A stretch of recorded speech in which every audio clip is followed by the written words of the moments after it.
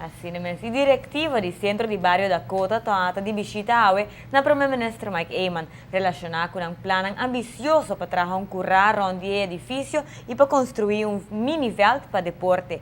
No passado, não tem um plano grande ainda, maneira de uma piscina para o bairro. A reunião vai ter um bom ambiente, em qual repassar a meta do centro de bairro.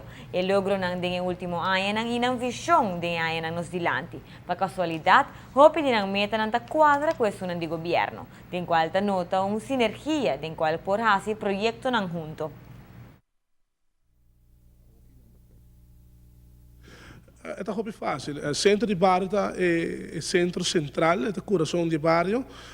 Se nós olhamos back na sua história, o centro de bairro é patrimônio do bairro, é o caminho cultural que bem visitar, tem o campo de futebol que é parte simbólico do bairro, com uma significação especial. E toda essa que nós arriba a conversação com o ministro-presidente Rebejé e caminho com o bairro, a petição que dagelijks que nós com não quer mira uma renovação toma lugar, assim aqui é fazer mais também atrativo.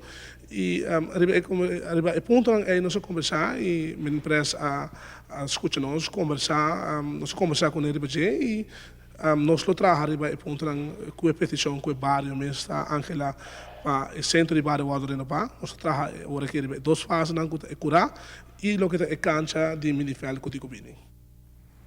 Centro de Barrio da Cota existe desde 1975, pues exactamente 40 años. Hoy en día está St. Antonio's College, también mientras que a tarde tem futbolista não for de mucha, de 5 anos até 30 anos. Também tem grupo de baile, maneira popcorn dancers, que usa edifício e ta caspa é grupo GCI, não também da abrir de luna para a viernes de 4 da tarde para 9 da noite.